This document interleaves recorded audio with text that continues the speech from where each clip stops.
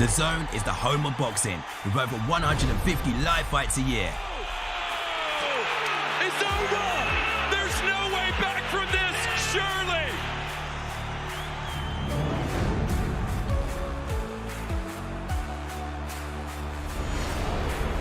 Ladies and gentlemen, let's get ready to rumble! How do you like it? How do you like it?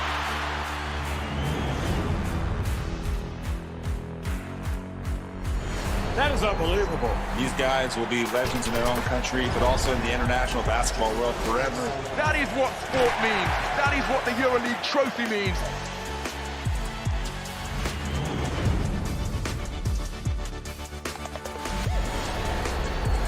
Are you not entertained? I'm not supposed to be cheering, but this is X Series. I can do whatever I want.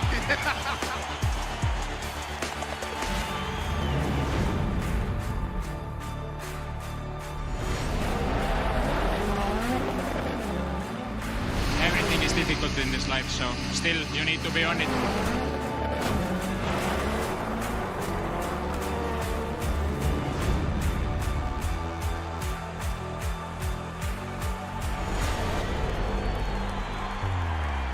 It all comes down to tonight.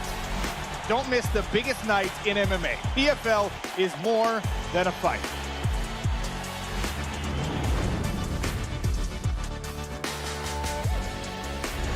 Catching up on any NFL game is easier than ever before. Looking to the end zone for the win! Oh my gosh, one of the great games you'll ever see.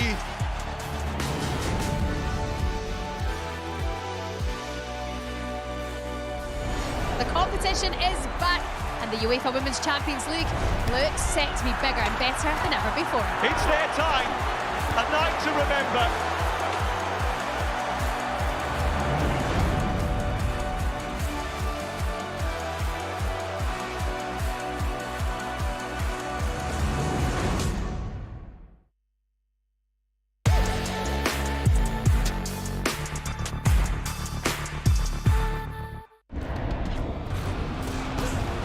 Fight Night on DAZN, brought to you by That Prize Guy.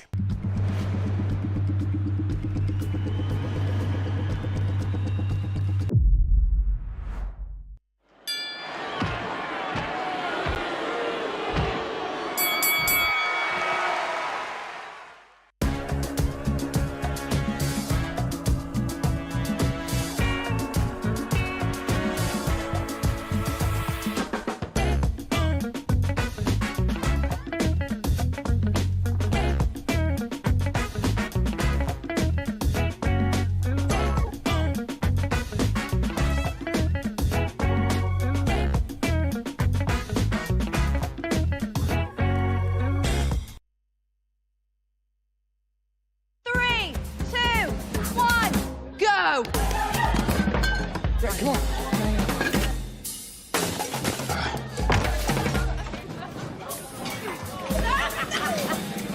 Guys.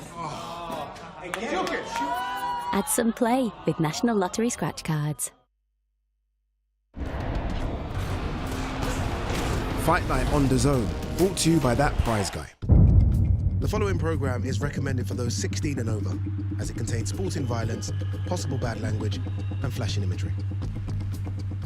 The world has been waiting for. The judges are ready, the fighters are ready, the boxing world is ready. The fight starts now! Let's go. How do you like it?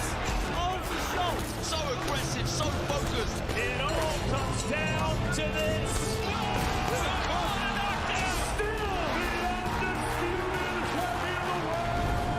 Media workout live on DAZN. People, it is day 2 of the Esports World Cup fight week, and you know what that means. Day 2 is the media public workout, where we get a little tease of what we can expect on Saturday night. Remember, that Saturday night main event, Moses Itauma takes on Dillian Whyte, the body snatcher. The future of the heavyweight division rolls on undefeated. I'm called the brightest prospect, or whatever I'm called. It is just noise. It's Moses Itauma's time. It's just step by step, fight by fight. Moses Itauma makes it look so easy. If you're going to ask me, like, what's my plan in this division, is to knock Dillian Whyte out, I guess. Itauma wins in devastating fashion. Going in with somebody like Dillian, who's got a wealth of experience and at the top level and so forth, would be a really big test for him.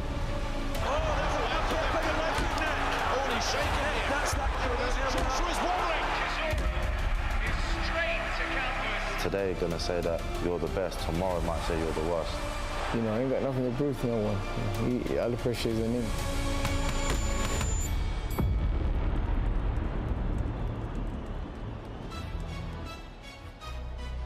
Here we go again, the bright lights of Riyadh, Saudi Arabia. It is day 2 of the Esports World Cup Fight Week. Day 2, as you guys know, is the media workout.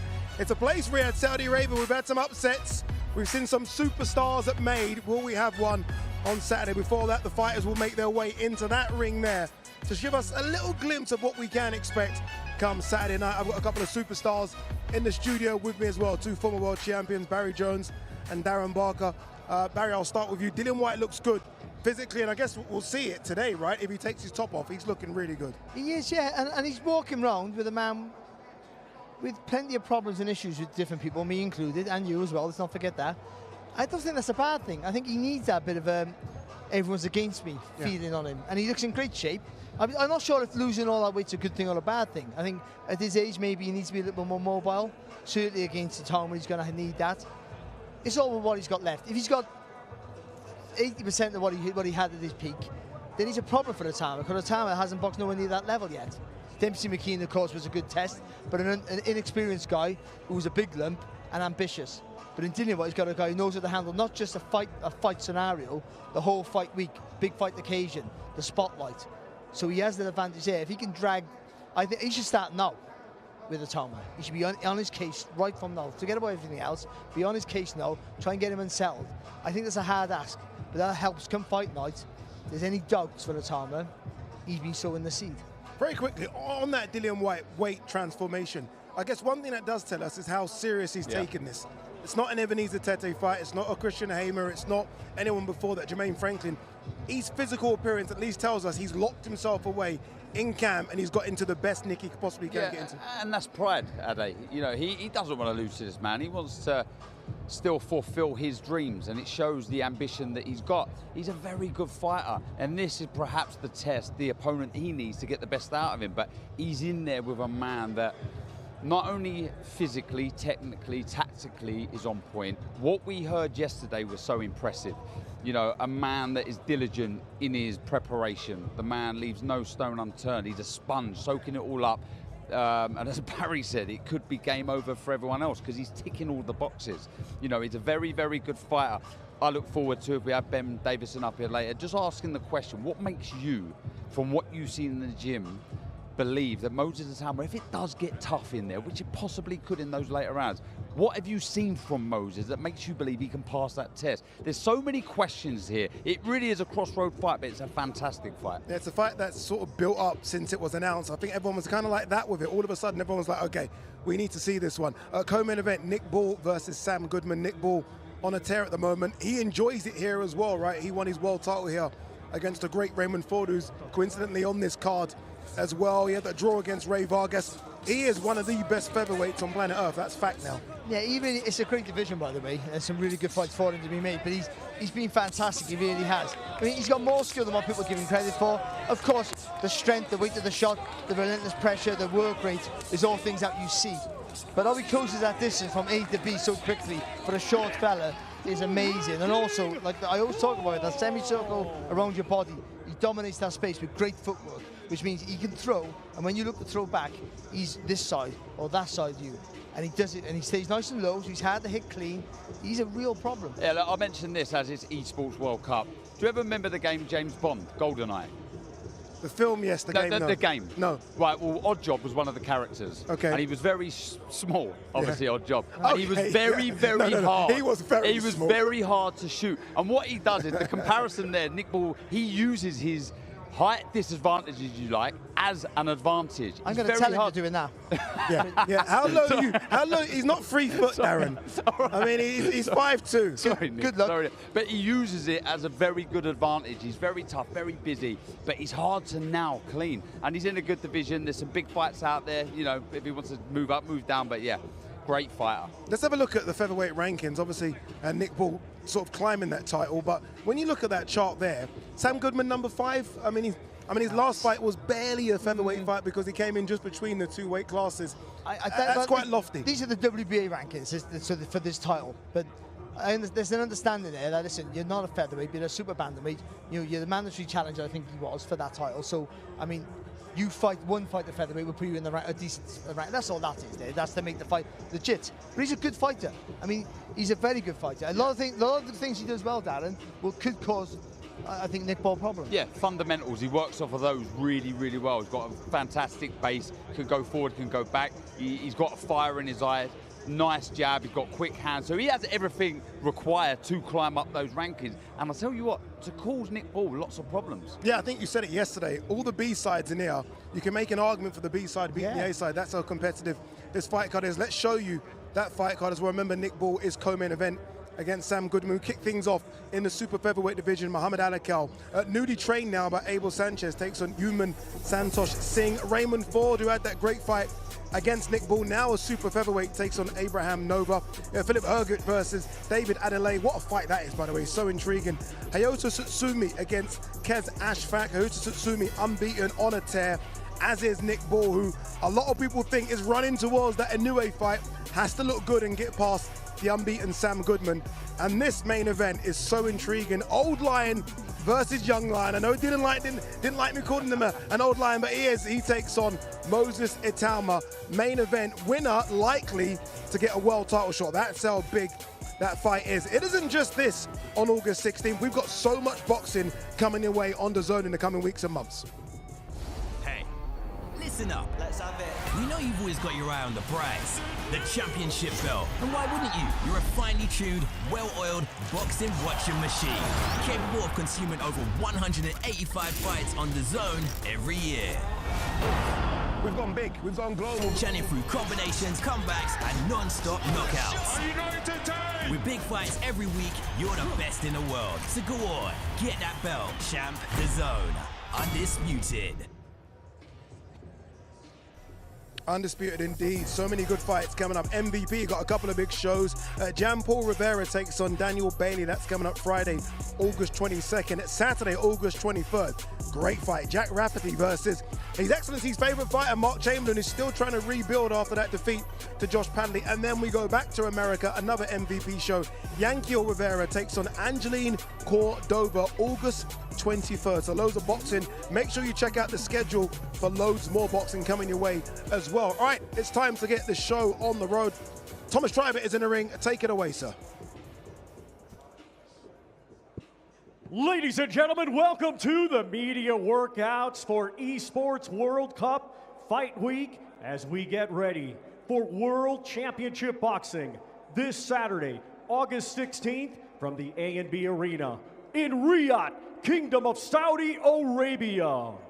We would first like to thank the Kingdom of Saudi Arabia and the custodian of the two holy mosques, King Salman bin Abdulaziz Al Saud, His Royal Highness the Crown Prince Mohammed bin Salman, and His Excellency Chairman of the General Entertainment Authority GIA and Chairman of the Saudi Boxing Federation Turki Al-Sheikh.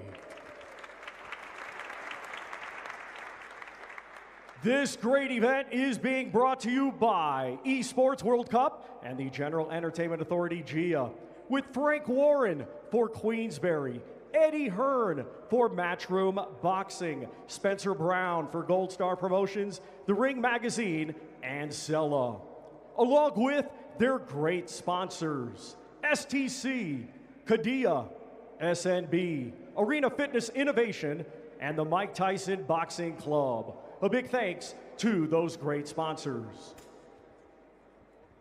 Well, a reminder, ladies and gentlemen, this great event will be broadcasted live worldwide on DAZN. Buy now at DAZN.com. Let's now get the media workout started. Our first two fighters competing Saturday in a scheduled 6-round lightweight contest. We will first welcome, coming to us from Manipur, India. He brings a record of 3 wins, 6 defeats, with 1 win coming by way of knockout. Ladies and gentlemen, here is Yumnam Santosh Singh.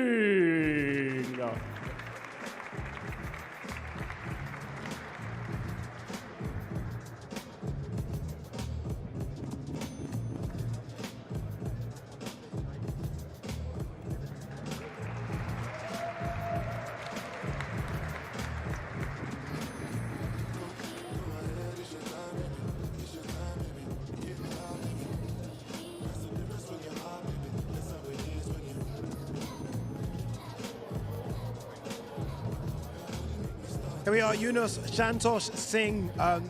We saw him yesterday making his walk for the grand arrivals, and he enjoyed the walk, and he was there posing, he was shadow boxing, and I can't imagine what this is like for him. I can't imagine, you know, the reaction when he gets the phone call to say he's going to be on this fight card, let alone doing what he's doing now, and he's going to soak it all up, isn't he? Absolutely. Seize the moment, enjoy every second of this. You don't know if you're going to get an opportunity again. That phone call must have been incredible for this man. I look at his record, and yes, he's here as an opponent, obviously, for Alakar to showcase his skill. But one thing from his 6 defeats is he's never been stopped. So, you know, he shows he's durable. It's his first time out of India as well. So, you know, what a great experience for him to be on this card. But he's got a lot to do. Yeah. He's got a lot to do on Saturday night. But he'll be prideful, as you say. He'll be prideful. He's not been stopped. Yeah. And we say this in every fight week when you get a journeyman like this on early in the undercard. Will they just fancy it for the first time? Yeah. Because it's a massive occasion. I've got a couple of those wrong. Joshua Ocampo was you. Yeah. He tricked me, he did. But will they just fancy, because it's a massive occasion, but will they just fancy, let me just go and prove what I can do? Because a lot of journeymen can't fight. The reason they become journeymen is to earn money. They can't sell tickets, or their style's not good to watch, not fan friendly. So they earn money on the road. And they fight every week and they earn good money, some of them. It's funny you say that, because I think there are a lot of fight fans at home that maybe don't quite get that and understand that a lot of these journeymen, if they had a full camp and decided, you know what, I'll go for this, could cause a lot of problems, but they understand their role, and they understand, okay, if we don't get knocked out or knocked down, we can go again in a few weeks' time. They understand it. It would be nice to see one of them almost flip the script and say, okay, we're going to have a go here. You used to get it, especially in the 90s, you get it, because they'd be all, in the UK, this is, sorry, they get UK journeymen, they'd be based in the UK. So if you weren't very good, they couldn't have you beaten them.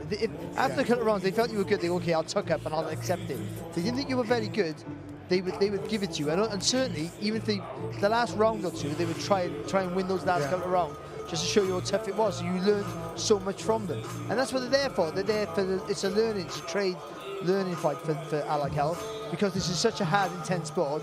Unlike any other, you need these fights to develop you when you go to a bigger test. It's funny though, you know, I still think, albeit he has a losing record, a 3-6 fighter, I think it's still early stages to call yourself a journeyman. I think he'll still have ambitions to get the win on Saturday night. Don't get me wrong, he's limited when it comes to who he's facing as far as technical ability is concerned, but a 3-6 fighter isn't, in my opinion, yet a journeyman. I think it is. You know what's happening, right?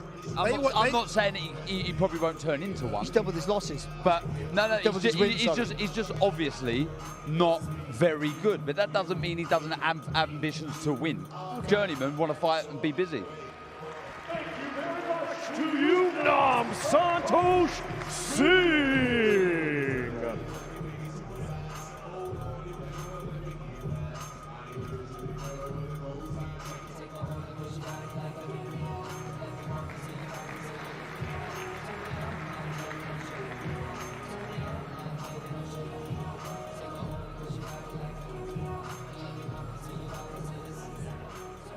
And now let's welcome, from right here, Riyadh, Kingdom of Saudi Arabia. He is undefeated with 4 victories. Let's welcome mighty Mohammed Al-Akil.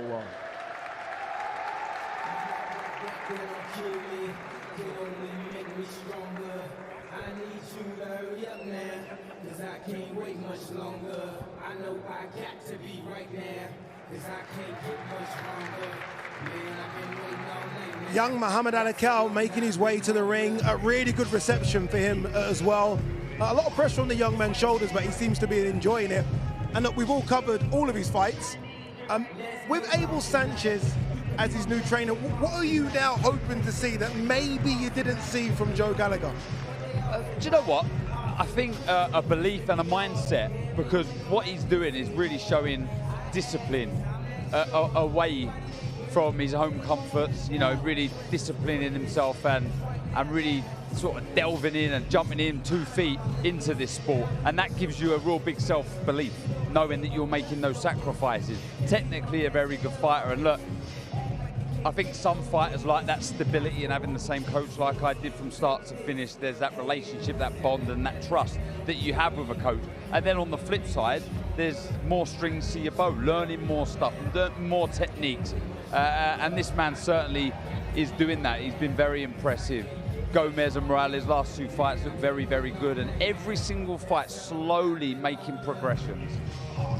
Go on, sorry, Baz. I think Joe Gallagher did a great job with him. I mean, from his first fight to his last fight, there was a vast difference in the way he sat down on his punches, believed in himself a little bit more, and he stayed safe, he kept his shape, and that's a Joe Gallagher trait.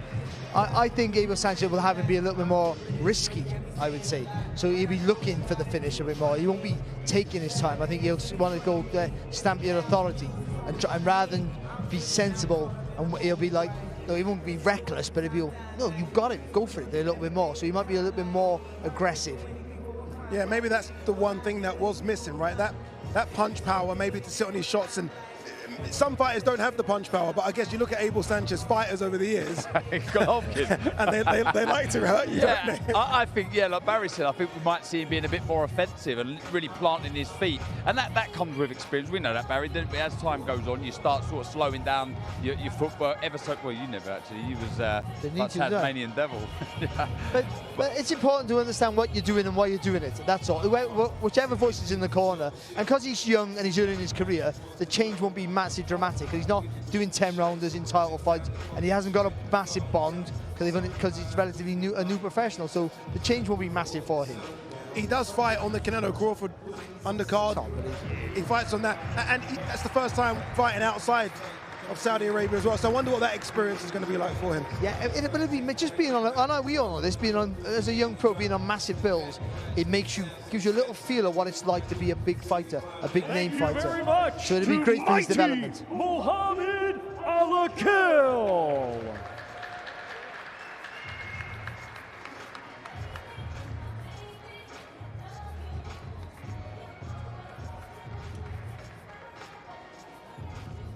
Our next 2 fighters competing Saturday in a scheduled 10-round super featherweight contest. We will first welcome, born in Carolina, Puerto Rico, and now fighting out of Albany, New York, USA. He has a professional record consisting of 24 wins, 3 defeats, 1 draw, 17 of his 24 wins coming by way of knockout. Ladies and gentlemen, here is the former world title challenger, Abraham Supernova.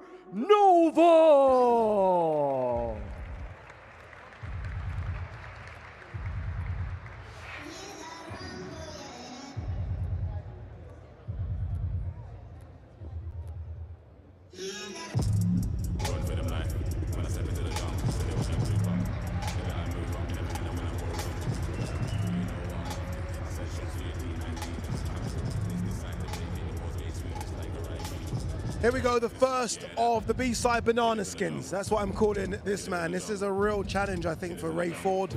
A former world title challenger. You heard Thomas Triber say that was in that fight against O'Shaki Foster, which he lost by split decision. Very, very big at the weight. and has got an opportunity. He's been waiting for this one because last year wasn't a good year for him. All of a sudden, 25 could be a fantastic year for him. Yeah, I think so. I think with Nova, Dan said it to me off air yesterday. He said he reminds us of a former middleweight world title challenger called Howard Eastman because he had the same beard. And also, he's the same size. He's a massive. That's as big a super featherweight as you would find. He's huge. His legs might be thin. His shoulders are massive. He's tall for the weight. And also, he's a good fighter. You see the movement he got here. He keeps his shape all the time. His elbows are always tucked in nice and tight. He's an aggressive counter puncher. He forces you to throw. And if your hands don't come back fast, he's gonna beat you to it. He's gonna get his jab on your face before you get your hand back. You know, when Kakache pulled out, obviously all of us were disappointed, especially for those back home wanting to see Kakache continue that run, and this would have been the acid test against Ray Ford. This is such a good substitute to come in.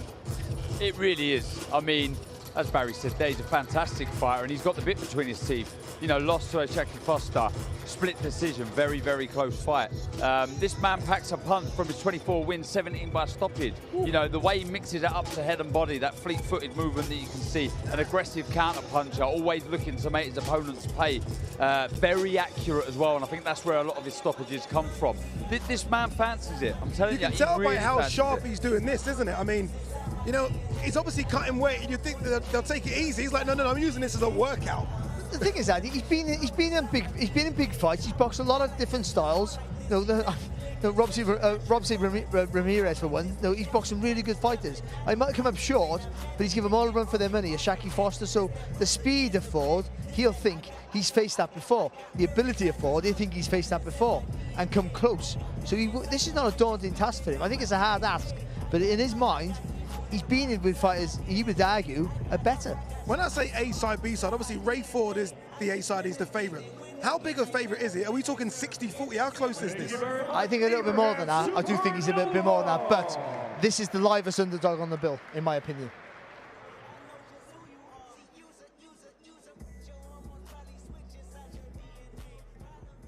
And now let's welcome to the ring, coming to us from Camden, New Jersey, USA. He brings a professional record consisting of 17 wins, just 1 defeat, 1 draw, 8 of his 17 wins coming by way of knockout. Ranked number 9 by Ring Magazine, he is the former WBA featherweight champion of the world, Raymond Savage Ford.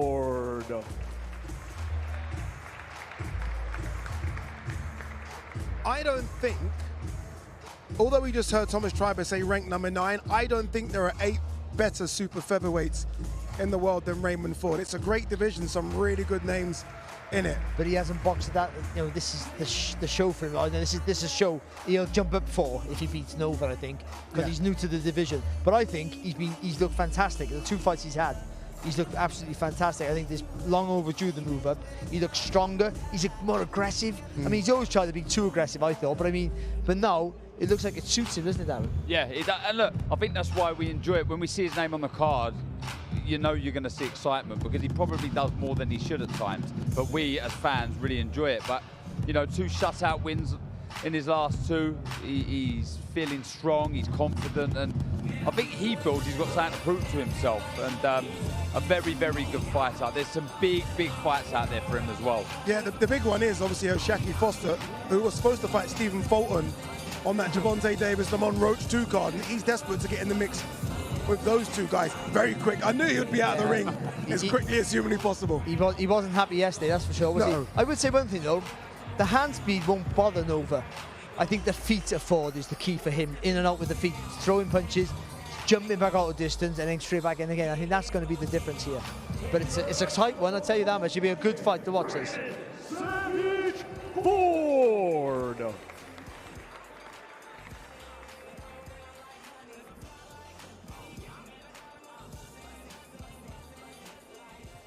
Our next 2 fighters competing Saturday in a scheduled 10-round contest. It will be for the WBO International and vacant WBA Continental Gold Heavyweight Championships. We will first welcome the challenger from London, England. He has a professional record of 14 wins, just 1 defeat, 13 of his 14 wins coming by way of knockout. He is the former British, English, and WBO European heavyweight champion, Big D, David Itauma.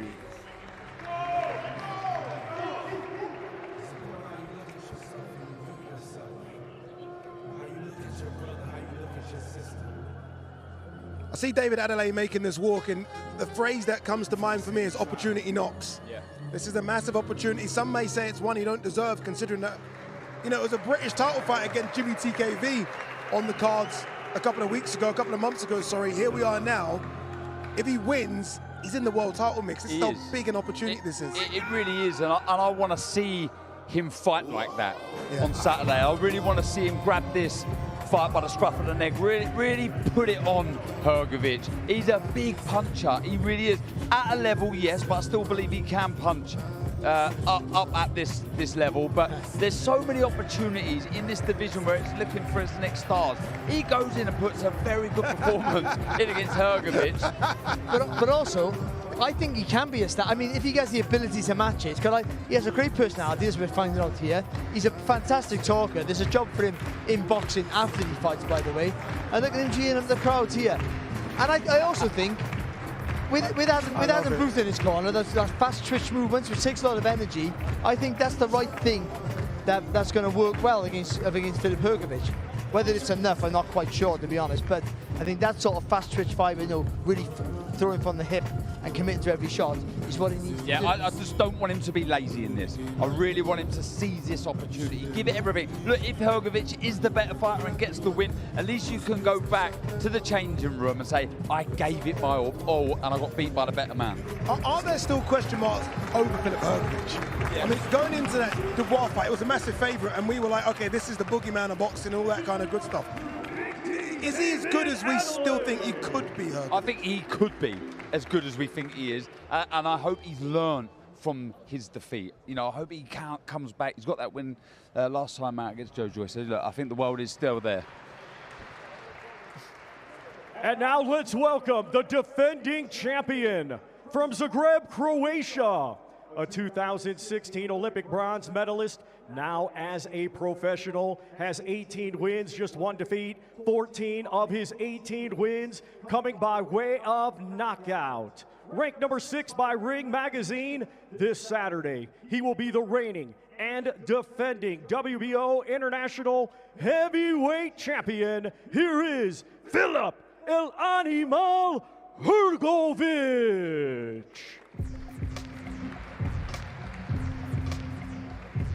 El Animal Filip Hrgović making his way to the ring, 33 now. And I remember him as a young man when he was brought in by David Haye to get ready for that fight against Tyson Fury that never happened. And everyone was like, okay, who is this machine that's going toe-to-toe with Wilder? And they're kicking the you-know-what out of each other. And I still feel like the best is yet to come, but at 33, time is running out.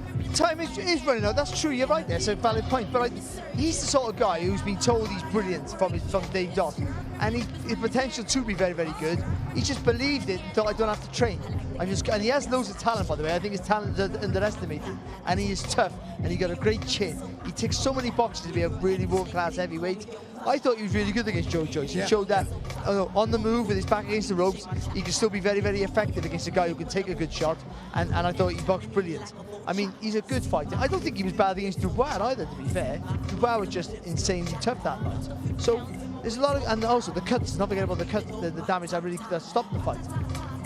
But he has to be fit and he has to be active, and if he can't get it right, and he's a massive favourite, and he's stepping down a level to what he's used to boxing, I would say, and Adelaide's stepping up. If he can't get the win on Saturday, then I think his aspirations of fighting for a world title are taken, not over, but it's a massive dent. Yeah, I agree. Look, he didn't have a full camp last time either, you know, against Joyce, and he showed heart, he showed courage, he dug deep and got the win. He's what was that, a 10 or 12 rounder? 10. 10 was it? Okay.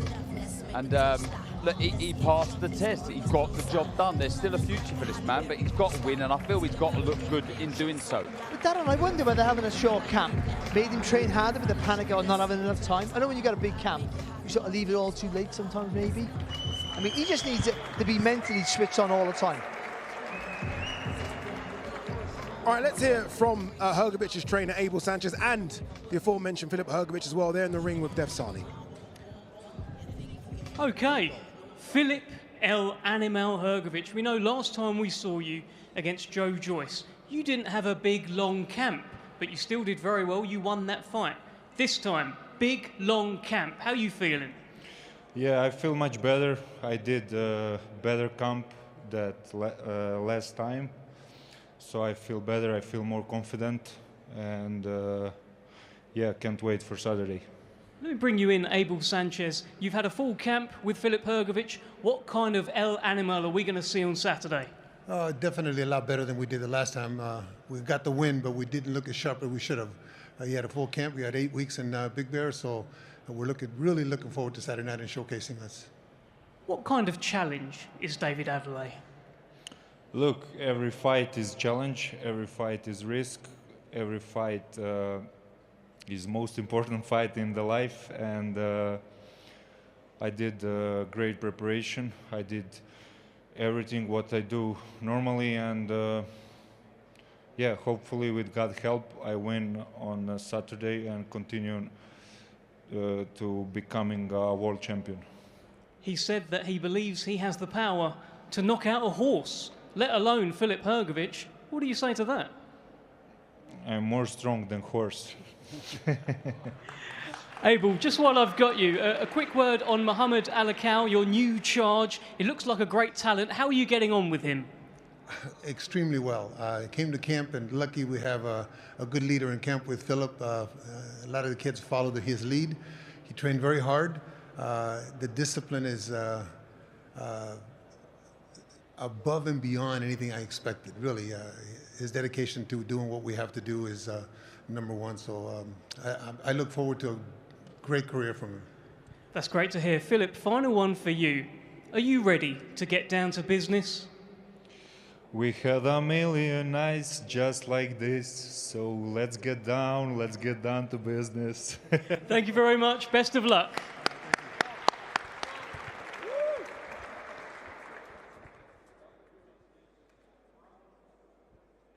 Our next two fighters competing Saturday in a scheduled 10-round super featherweight contest. Let's first welcome to the ring from Leeds, West Yorkshire, England. He had a stellar amateur career, becoming a 2016 Olympian, and now as a professional has a record consisting of 13 wins, 3 defeats, 1 draw. 5 of those 13 wins come by way of knockout. Ladies and gentlemen, here is Kez Ashfaq.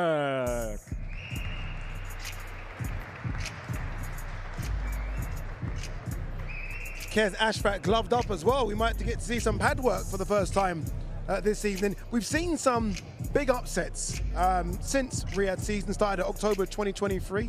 Fury and Gardner, and it kicked off with the biggest of upsets. This would be a big one though, because everyone is very high on Tsutsumi, and Kez, let's be honest, he struggled a lot in the last 2 or 3 years. But the thing, Kez is a really good boxer, actually a lovely boxer to watch, and he's not afraid to have a fight either. The problem is he just doesn't have the strength, and I'm the perfect one to talk about that. But I mean, and the power to keep him away, and that's a problem. So when you don't have those things, you need to be really busy and you need to have a good chin. And that is the question. I'm not sure about how good his chin is. And you can, that's no one's fault. You've got it or you haven't, a good chin. So, look, he was stopped in the 5th against Masoud Abdullah, dropped 3 times in that round. Liam Dillon dropped him twice. Dillon, a very aggressive fighter, but not the biggest puncher, and he's dropped twice in that contest. Don't get me wrong, he showed a lot of heart, though, and a lot of courage. It was a brilliant fight. It was a war. But when he lost, it was a close fight. I really believe against Tsutsumi here, he's really got to stick to what made him successful as an amateur. Don't get greedy. Sharp jab, in and out with your feet. Do you know what, I think that's right. Sometimes everyone wants to, everyone's saying you've got to sit down on your punches, and I do understand that, but not always.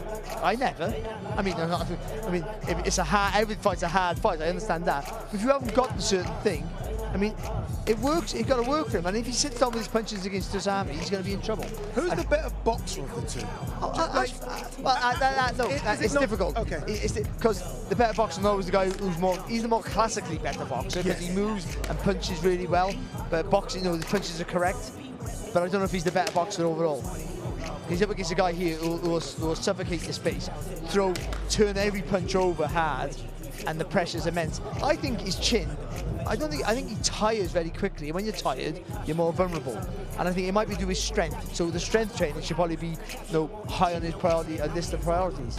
He did say to me, Daz, a couple of days ago, look, at 8, normally I get a 4-week camp, 5-week camp. He said I've had 10 weeks for this one. So this is the best Kez Ashfaq we're going to get. Yeah.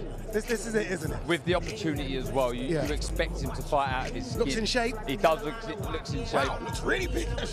Yeah, and look, I just feel he's got to be completely switched on. You talk about the camp there, I think you've got to really feed off that, give yourself a lot of belief, saying, well, look, I held my own, I've done as good as I could with limited time. Now this is the best version of me.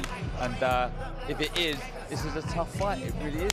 We've said this, the underdogs in all of these fights are live dogs. I almost feel like he's using this little media workout, this little 5-minute run to show us something as well. He'll have a point to prove, because he knows what the things are being said about him, like they all do, and he'll want to go, listen, I'm in great shape, I'm ready for this, and this is all mind games. He'll think his opponent's watching this, that's the truth, and he won't be. But he's got to stick to, he's got to believe in himself and stick to what he's good at. Thank you very much to Kez Ashfaq.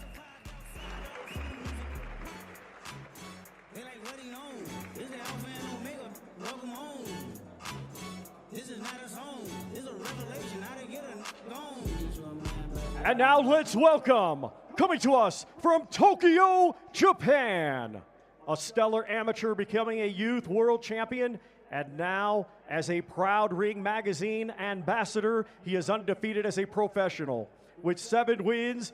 4 of those 7 wins coming by way of knockout. Let's welcome Hayato Tsutsumi.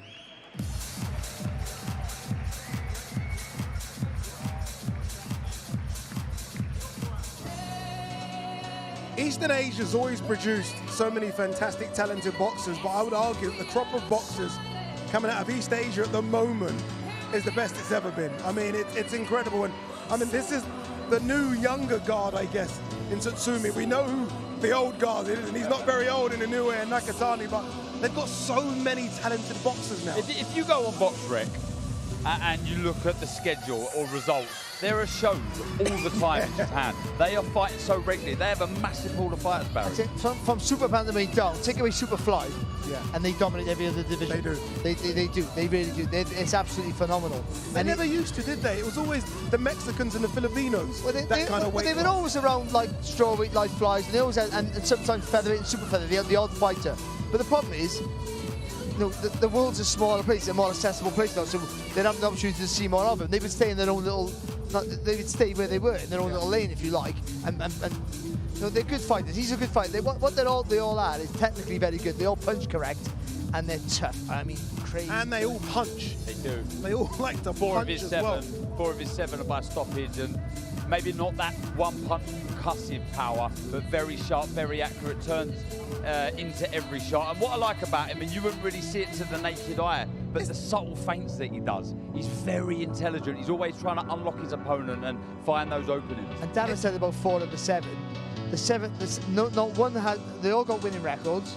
Some undefeated fighters, and in the last few fights, he boxed some really good fighters. Well, maybe at the end of their careers, but within 10 fights, to have those tests already is absolutely phenomenal. 12-rounder in his first fight, third fight, 8-rounder in his first fight. It just shows the belief they have in this man, and he's ticking the boxes. Another one, we spoke about Abraham Nova being big. I'm looking at him, and I know he's wearing a baggy t-shirt, but he looks big at super feather as well. But he's boxed a few lightweights, hasn't he, already in his career? And I think box at lightweight, so it might be a struggle for him getting down in weight, which will help Ashfaq, of course. But I mean, he's a massive favourite. We can paper it up all we like. He's a massive favourite. Or if he does all he's got to do is just think, I know what to do. I just got to get this guy in the corner on the ropes, keep hitting him on the chest, stop the movement. You can stop his movement. The fight belongs to him. That's the truth. It's billed as a super featherweight. I'd be shocked if this isn't a 133 fight or something like that. Because you look at, as you say, Hayato Tsutsumi's last fights, and he's at 133. It's 132. Yeah. He hasn't really fought at 130 for a long time. So I wonder if he'll be making that jump to 135 very soon. Because I'm looking at him now, and His legs look big, his back look big. Yeah, and do you know what? I don't think Kez will actually mind that. I think boiling down for him is becoming a struggle. So, yeah, he does look big, you're right. But when he goes through the gears, as he just did there, he's a joy to watch. He really is. Fantastic fighter. He just methodically, he methodically walks you down. I mean, he's always on you, and he got patience in his work as well. Thank you very much to Hayato Tsutsumi.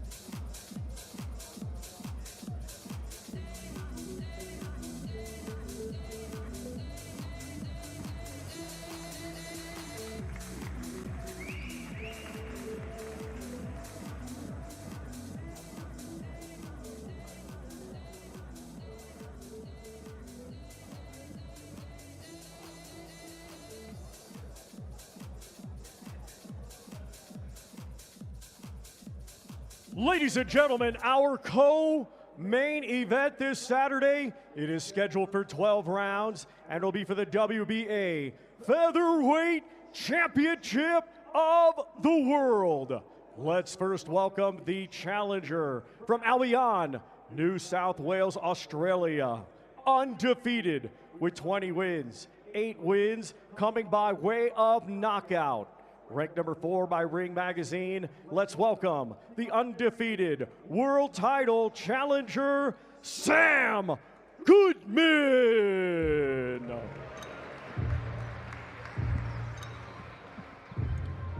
Another fighter coming out of this hotbed of Australian boxing right now, which is really producing some fantastic fighters, obviously led by Jaya Patai, but so many beneath that as well. And I spoke to Sam a couple of days ago, and we spoke about those Inoue fallouts where he was scheduled to fight Inoue twice and couldn't do it. And he spoke about the financial burden of just the training camps and how important this fight is for him. Not just financially, but obviously it's a world title opportunity. But he struggled mentally with the block of those 2 fights. And he's taken this with both hands, he says. Yeah, you forget about that, don't you? Because you're not playing for a team. You pay for everything yourself, your own pocket. And you gamble money you don't have with the purse, and also the purse then you think you're going to win, and then his money comes later on, of course. He's a good fight, you're going to see here now. Technically very, very good. He's an aggressive fighter, and I mean, I always think if you can push Nick Ball back, I'm not saying he can't box, if you can push him back, it takes away his main strength, which is his strength and his aggression, and he's jumping into the target, he's jumping into closing the distance. So if you can push him back, and Goodman likes to push you back, then he's got a half a chance, I think. Yeah, a common opponent, TJ Dehenny. Sam Goodman a couple of years ago went 10 rounds with Dehenny, whereas last time out, Nick Ball, it was a tricky fight, but he got the job done. All right, let's hear from Sam Goodman's trainer. He's ringside with Dev Sani. Dev. Well, I've got Joel Keegan with me. Joel, I guess the first question is, this is a step up now to featherweight for Sam Goodman. How's he finding this extra 4 pounds to play with? Oh, he's loved it. He's loved it. Yeah. Super bantamweight's a tough day, but no, we're loving the extra weight. So feel good, feel strong. I've been following all of the YouTube, all the videos that have gone out. You all look so focused, so determined, like you are coming to Riyadh to take that title home. Yeah, we're not here to play around. It's this kid's destiny, we thought we were going to do it 9 months ago, but we're going to do it now. Nick Ball is a very unique featherweight. He is short, but he uses it to his advantage. How can you get around that? By doing what we've always done. We'll be the bull, and sometimes we'll be the bullfighter, but we know how strong he is. We fully respect it, but we've got the skills to deal with it. So I think a lot of questions are going to be what Nick's going to do with us. He actually said to me yesterday, Sam did, because I said, well, what's he going to do when a wrecking ball's coming towards him? And he said, I'll go right through it. Is that one of the options you feel is actually available to Sam? 100%. I understand the way we fight might not look like we're strong, but ask anybody that's fought us. We've definitely got the ability to stand and trade with Nick. Best of luck. Thank you. like that. That's good there. That's Joel Keegan, the trainer of Sam Goodman. Look, a very confident team, and you heard it there. We wanted it 9 months ago. We couldn't get that opportunity. We're going to take this one. And again, this is a very, very live B-side. It is. I mean, he's a lot of good things. I mean, the fact that he wanted to try and push Nick Ball back, I think if his pass forward was anything to go by, and he can get success with that, then Nick's gonna have a hard night's work. But I would say with Goodman, there is a big gap. He keeps his hands high, keeps the shape really well, but there's a big gap. And like I always say, when you're a small fighter coming up, looking up, you see a bigger gap. Thank you very much to Sam Goodman.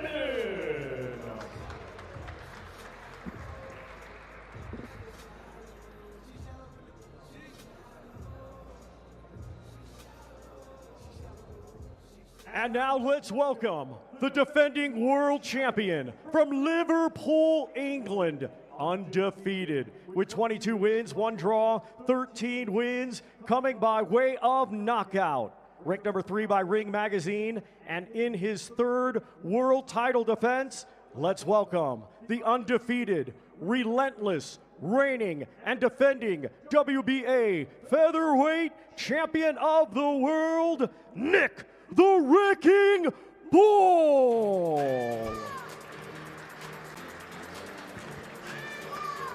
Here we go, a man that's on a tear, and you heard me say it throughout the week. I've certainly said it yesterday. The only British male world champion we have on our shores. So a lot of pressure on him to continue that reign. But ultimately, look, he's got a career path planned out for him. And in the reverse is really good work. In front of him could be some really good stuff. Yeah, and for that reason, I really want to see attributes like discipline and focus, you know, because it's all good having, you know, your sights on future opponents, but you've got someone like Sam Goodman who's so game and ready for this. All right, let's hear from Nick Ball's trainer, Paul Stevenson. He is ringside with DAZN. Okay, Paul Stevenson. Now, every time I speak to Nick Ball and ask him, have you seen any of Sam Goodman? He says, no, I don't watch him. I leave that to my team.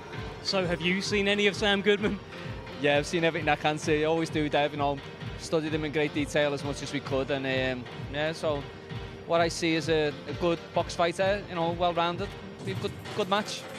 Do you feel like this is a good test for Nick Ball? Because they are coming over with a lot of ambition and they really feel they're going to take that title back to Australia. Yeah, obviously they'll be trying. It's very valuable. But Nick's one of them, isn't he? He can end up fighting the first round. He can end up fighting the 12th round. If this fella can live with what Nick's dishing out, then fair play to him. Well, one of the things that they have actually said is they feel they can actually go through Nick Ball. I've not seen that before. Have you seen that before? I've never seen that in any sparring. We sparred Nick with middleweights and welterweights. I've never seen anyone do that before. So, again, if he can do it, fair play to him. Best of luck. Thanks a lot, Dave.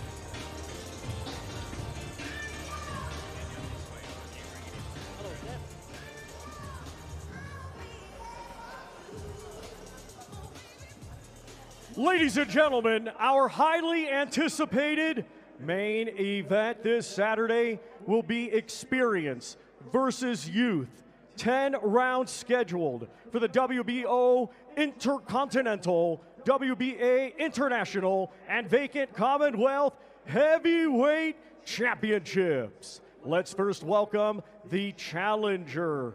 From Brixton, London, England, and proudly representing his heritage of Jamaica. He has a professional record of 31 wins, 3 defeats, 21 wins, coming by way of knockout. Let's welcome one of the most prominent and charismatic heavyweights of the past decade and a former WBC interim world champion, Dillian, the Body Snatcher Whyte. Here he comes, Dillian Whyte, the Body Snatcher, a man that this week has been a bit upset with a few things that media members have said, but I think that's added to his motivation here to put on a really good performance. He looks in fantastic shape, and Ben Davison's in the studio with us, trainer of Moses Itauma. And Ben, what Dillian Whyte do you prepare for then? Do you go back and look at 2018 Dillian Whyte? Do you look at Ebenezer Tete? Is it a catalogue of everything? Too late now if we're banked on him turning up that shape. You know, we'd be foolish to be taking the fight based off his last performance. and him coming in the same shape. It was never going to happen. As he said, he's had lots of things going on, lots of inactivity, but he's clearly got himself in shape. And I've said this time and time again, Moses Itauma is not the type of fighter where we have to bank on people catching people at the right time. He's good enough to mix with any of them at any point. And we're prepared for Dillian to turn up the best Dillian possible. And like I say, if we hadn't have done so, it's too late now. And Ben, if it is the best Dillian Whyte that turns up, what problems does he bring on Saturday night? You know, the same situations, all the same things that we've been talking about. This is experience, he's a big, strong guy, plenty of heart, can punch. He brings all of those things to the table, and that doesn't change no matter what condition he turns up in. Like I say, you know, people keep talking about if it goes into a dogfight. I've seen Moses. The young lad can fight up close as well, and you've got to have that in the locker. If you're going to mix at this level, you've got to have that in the locker, and he's got that in the locker. So if the fight goes that way, I wouldn't be shocked for it to still go as we expect. What's it like training? He's obviously a precocious talent. What's it like training him and the hold back the leash? Because you have to. I mean, this is like a step up for him. But I mean, do you feel you just let it go, or are you being more sensible approach? Because you don't want to ruin him because there's a longevity there, isn't there? Yeah, I would just say there's nobody that I think, oh, I don't like, you know, he's not ready for him. But it's risk versus reward. Yeah. And you know, that fight might be just as tough as that fight, but that fight's got more reward with it. So I think there's that to it. But you know, one thing I do want to say about Moses as well, and I'm sure you guys have had this through your careers, where people say, oh, talent, talent, talent. But you're hard workers. It's a lot of hard work that gets there. And hard work is talent himself. And he is one of the hardest workers that you'll come across. In the gym, outside the gym, studying the sport, making sure that he's remembering what he's learning session after session. And that's the real talent. Not much of a media workout from Dillian Whyte. He's greeting who he needs to greet ringside. He's taking selfies, but we didn't get to see much. But what do you do in this 5 minutes? Do you kind of just tell Moses just to kind of let loose a little bit, hit the pads, or is it just make it up as you go along? Yeah, I think he'll just do a little bit of shadow. You know, as you mentioned before about Dillian and the way he's behaved this week, I think there's an element of it where he's too long in the tooth now for the Dillian that you've seen before. He wasn't really like that with the Fury build-up either, if you remember. True. Yeah, very true. I think he's too long in the tooth. When you have seen him like that, there's been a bit of needle, you know, with the Chisoras and the AJs. You know, there's respect both ways, and it's business on Saturday. And it will be good business on Saturday as well. How is Moses? I spoke to him yesterday and I was like, this is all new for you, Moses. You've been the undercard guy. You turned up on a Friday to weigh in. You've got in the ring on a Saturday. The requirements for him now, he's doing every bit of media. He was on Sky Sports. We've grabbed him a few times. He's done all the social media channels as well. How's he handling all that? Yeah, I mean, I don't know what you guys think, but I was just having a conversation back there where he was chief support for one of the biggest cards of this generation, Usyk Fury. Yeah. That might have been just as much pressure as what he's seeing now. That was a huge card in his first real step up. So, do you know when you say someone's a natural fighter, it's water off a duck's back to him. And I thought that when he was chief support for that card, and I feel like that when I'm seeing it here this week as well. All right, let's bring out your charge. Let's go to Thomas Schreiber to bring in Moses Itauma. And now let's welcome one of boxing's rising stars, the defending champion, coming to us from Chatham, Kent, England, a stellar amateur, now undefeated as a professional, with 12 wins, 10 of his 12 wins coming by way of knockout. Ladies and gentlemen, here is the hard-hitting, reigning and defending WBO Intercontinental and WBA International Heavyweight Champion, Moses Itauma.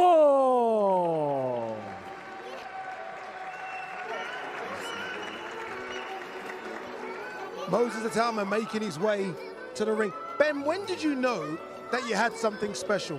You know, we always say it with certain sports stars, right? Footballers, tennis stars, and there's always a point. When did you know, okay, wait a minute, he's a bit different? Yeah, I'd seen him before I worked, and there's other people that put plenty of time on working into Moses as an amateur. He had a fantastic career. So seeing him as an amateur, I already knew he was a special talent. He come down the gym sparring, I could see that.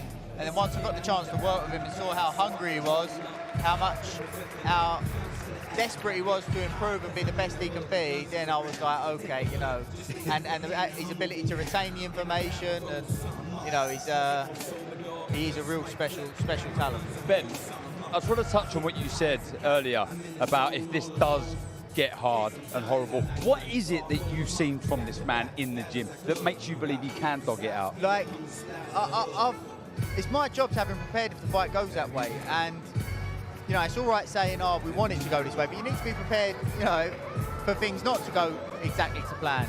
And I've brought guys in that and put him in situations where it's supposed to get tough, and he ends up backing them up. He ends up walking them down. He ends up battering them. And I think that's what you saw from Shakur when he boxed the other week against Zepeda. He's got that, and you need. It's okay being a great boxer, but you need to have that in the locker as well. And he's got that in the locker. When this fight came up, it came across the table, was it an immediate yes? Was there any reservation? Because there is a big jump from Mike Balogun. Yeah, being honest, Dillian was one of the names on the list that we'd said, you know, we're up for, and you know, it just so happened that it ended up coming about. So no, it's a great step up for him. It's a great scout for him. It's a great test for him, and one we're confident that he's able to come through. You know, I just see him there, I think, with Gareth A. Davis. He's growing, isn't he? I remember when I first saw him, I was like, you might not be big enough for the heavyweight division. All of a sudden, it was like he's grown a couple of inches and he's filled out a little bit as well. Like, he's around 230, 240, isn't he? That's his weight now. Yeah, and you don't want to give it away, do you? Like, no, like he's dense though, isn't he? Yeah, he's so strong. I don't know if you saw on the behind-the-scenes stuff. I did. The lifting the weights and stuff. He's so strong, and that's what I mean. I think people underestimate that element. Like, I know he's 20, but he's not a kid. Not far from it. Ben, what's he like to train? I know to train one thing, but because he's a we had him yesterday. He's such a thoughtful man. You can see why he has so much time in the ring, because he can think and he can digest the information. But what's he like in the corner? Does he listen to you, or is he thinking himself? Very much so. He'll come back and he'll ask you questions. I tried to do this. I felt like, you know, I did this because I saw he was doing that. His ability to process is second to none, which is rare, which at any weight is a great asset to have, but at heavyweight, it's exceptional. So he's thinking and getting the information off you as well. Come back to you and say, I've tried to do this because I saw that, or I picked up on that. That's brilliant. And there's never a session where you ask him, I want you to do more of this today. There's never a session where he won't try to do that. And that's all you can ever ask for. I don't like asking fighters this, but I'll ask you as a coach. If it does go to plan and he gets the job done and looks good, then what? We're not looking at them, what, you know, we're How just dare you ask that question, Dan? He's not a fighter. We don't ask those questions. We're solely focused on that, but what I have said already is there is not a fight where I would go, oh, I don't like that. We would just look at risk versus reward. Not even Usyk, Ben. I just think it's a win-win. What you know, you're getting a chance to face the best of a generation, if not the best ever, at the weight class. Like, I think it's a win-win. And as much as Moses hasn't shared the ring with somebody like Usyk, I truly, honestly don't think Usyk has shared the ring with somebody like Moses. Can I ask you, this is an awkward question, Ben, so you can say, Ade, shut up. You've got a lot of heavyweights in your stable, and a lot of them are in the top 10. Is that awkward? Because there might be conversations about Moses versus any of those guys? There's three. Yeah, and 3 good ones. And I had the conversation earlier where the AJ Tyson with the Moses stuff, you know, they've shared a lot of information. He's took a lot from them. You know, AJ's texted me this week saying, if there's anything I can do, Moses needs anything I can help, you know. Nice. And with Fabio, it's just a case if they're in the gym, so they're never gonna cross paths. Yeah. Did they spar? They haven't sparred, to be honest, just because. I'd pay for what. You wouldn't though, would you? No, it's probably. Yeah. It's hard. You know what it is? I don't spar the lads in the gym with each other too much anyway, to be honest, because I like to try and create a team environment, and we've got a great atmosphere, great team bonding there, as you saw after Fabio's victory. So, yeah, I try not to spar him too much anyway. In terms of the other side of things, you're very analytical, you and Lee Wiley, in terms of the way you've brought a new side to boxing. How does he take that information? Is it easier being a younger fighter to take that information on board? Yeah, look, I'm 100% honest, and it's not for everybody. Yeah. If you're not a thinking fighter and you've not got that composure to be able to take that information on board, go out there, process. He is a thinking fighter. He's able to process. As I was saying, he's able to come back and talk to you in the corner. I did this because I noticed that. When I was doing this, his response was that. Blah, blah, blah. So it certainly is for him. And yeah. Anything planned tonight? Final one? Is it a massage? Is it just go back to the hotel and chill and have a little session? He done a session earlier. He had a little massage earlier. So he'll probably go back, have some food, and then head to bed. Ben, appreciate it. Good luck on Saturday. Thank you very much, Thank Ben. you. All right, let's remind you what we've got coming up throughout the week as well. Great to have Ben Davison. That insight there is good.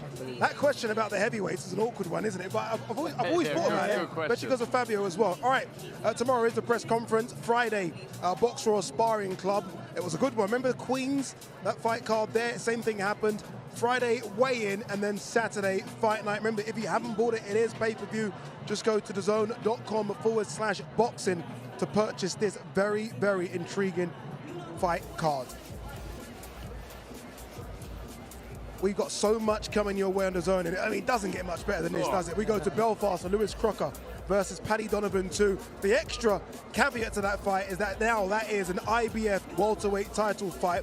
Then we go to Scotland, Collins versus Laurenti, European title fight. Then no one would have predicted this a couple of weeks ago. It is happening, Dave Allen versus Arslanbek Makhmudov. And I think the best card this year, this Ring 4 card, Night of Champions, it's so good. Dalton Smith versus Shabril Matias ain't even on the fight poster, nor is the great Artur Beterbiev. That's coming up Saturday, November 22nd. Loads of boxing coming your way. I enjoyed that. Yeah. I enjoyed getting the insight from Ben Davison. It's just confident, very confident, isn't he? Not just about this fight, but about his charge full stop. Mentioning there, win-win fight and Usyk. And then what I liked as well, he mentioned if it's a dogfight, it's a dogfight. It just reinforces your opinion and your belief that he is the real deal, that he will go on to be potentially a great fighter. The fact that he processes his own information comes back with question. What fighters do, but you can see he's constantly thinking. And I mean, and with his work ethic as well. What I like as well is that Ben Davison's had the two, Usyk obviously, but Fury and AJ. So he's had two very elite, top-of-the-tree heavyweights. Yeah. So he knows what a top-of-the-tree heavyweight looks like because he's had a couple. And you can see the glint in his eye when he talks about Moses Itauma because he's almost got a charge there if it goes right for the next 10 years. Yeah, the attributes are there. He's seen more than we have, and that's so exciting because it's a division, the marquee division, where it's looking for its next star. He could be the man. And I know there's missing pieces in jigsaw puzzles, and when you're a fighter and you find a trainer that perfectly fits you, that's the piece that sometimes makes the biggest difference, and they seem like they have that fit. Indeed. There you go. We are going to hear from all the fighters tomorrow because tomorrow is press conference day. Should be fun as well. I have a feeling that Derek Chisora is going to turn up and start trouble with Dillian Whyte. I have a feeling David Adelaide is going to start trouble with Hrgovic. The only way we can find out if that is true is by tuning in tomorrow for the press conference. We'll see you then.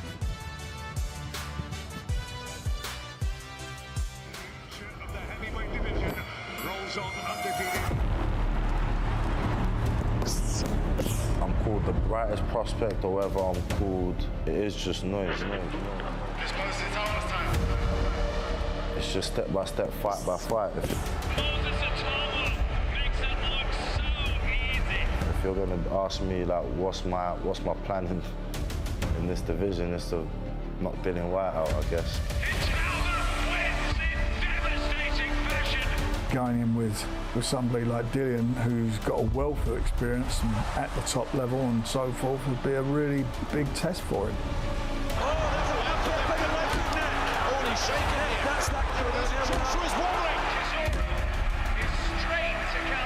Today gonna say that you're the best, tomorrow might say you're the worst. You know, I ain't got nothing to prove to no one. All the pressure is on him.